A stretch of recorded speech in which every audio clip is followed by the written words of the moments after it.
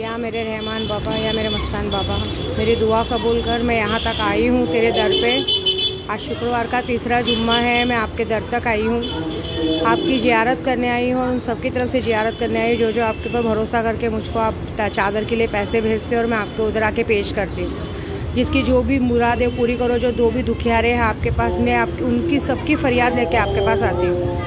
सबसे बड़ा गलत तो मेरे उद्धव बाला साहब ठाकरे जी के साथ हुआ है, जिन्होंने हमेशा, उनके पिता ने, सबने इस पूरे महाराष्ट्र को शिवसेना दे के जिस तरह से लोगों को जीना सिखाया, उनके बच्चों के साथ ही गलत हो रहा है।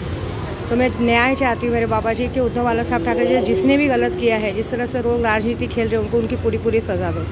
जिस तरह से ट्रक ड्राइवर आज हड़ताल पे है लेकिन उनकी कोई भी सुनवाई नहीं हो रही है, इस तरह से उनकी सारी सुनवाई, और जितने लोगों ने ये बिल पास किए हैं 10 साल की सज़ा, 7 लाख का कैश, उनके खुद के घर में सारी मुसीबतें डालो जिसकी वजह से काम हुआ है।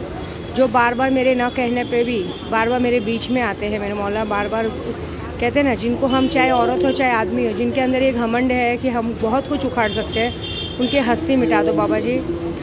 2 दिन बाद मैं निकलने वाली हूँ ख्वाजा जी के दर्शन को। मेरे बाबा जी की छठी है, मैं बस यात्रा में अच्छे से जाके अच्छे आऊँ।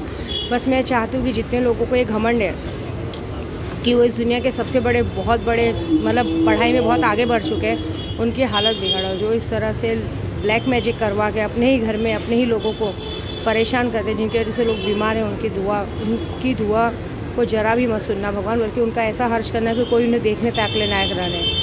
पैसों के लिए मोहताज करो। जिस तरह से लोग काम धंधों की बंदिश करते हैं, अपने फ़ायदे के लिए लोगों को दुख देते हैं, उन सब की हालत ख़राब करो। मैंने हमेशा जब आपके पास ताले के बांधे तब आपने सबके लिए अच्छा किया है। इस बार मैं कुछ लोगों को सबक सिखाना चाहती हूँ। कल जितने लोगों के नाम पे मैंने तालों का काम किया है, हवन किया, उन सबकी ज़िंदगी को ऐसा बख्तर कर दो कि उन्हें कोई ना पूछे। जिस तरह से वो बच्चों की झूठी कसम खा के दूसरों के बच्चों पे नज़र रखते हो, उनके घर में भी वही तकलीफ़ दो।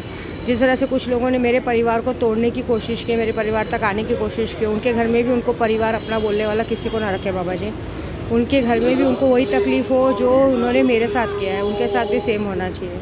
बस ये चाहते मेरे बाबा जी। मुझे पता है आप मेरी दुआ ज़रूर कबूल करोगे। बहुत आँस लेके आई हूँ। कुछ लोगों ने तकलीफ़ दी है, लेकिन उस तकलीफ़ को उनसे 100 गुना तकलीफ़ उनको दो। बस इतना चाहती हूँ बाबा जी। जिस तरह से लोगों को मेरा केशव गढ़ रहा था, वैसे उनको भी वही तकलीफ़ दो। जब उनके बच्चे उनसे दूर हो गए तब पता चलेगा। जिस तरह से लोगों की माँ बहनों का नाम ख़राब करते हैं, वैसे इनके घर में उनकी माँ बहनों के साथ रेप होना चाहिए, उनकी माँ बहनें किसी के साथ भाग जानी चाहिए, तब इस बात का सिफा है।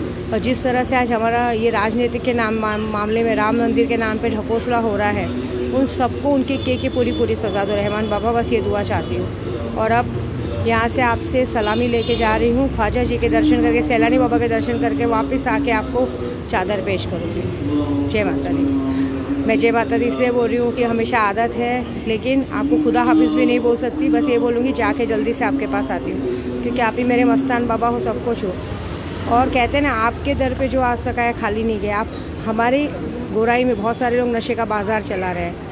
आपके यहाँ पे नशे के बाज़ारी भी आके बड़े शान से कहते हैं इनको कभी पुलिस ने पकड़ा नहीं, लेकिन हमारे कुछ छोटे छोटे बच्चों के नशे की वजह से जान चली गई। बाबा जी सबको, उन सबकी उनकी की सज़ा दो। चाहे उनका साथ पुलिस, वकील, पॉलिटिक्स जो भी दे रहा है, सबकी हस्तियाँ बिगाड़ दो, क्योंकि मुझे पता है तेरी हस्ती से बड़ा कोई नहीं है। तू ही मेरा मस्तान बाबा है, तू ही मेरा रहमान बाबा है। बस या मदद कर अली, या मदद, या मदद।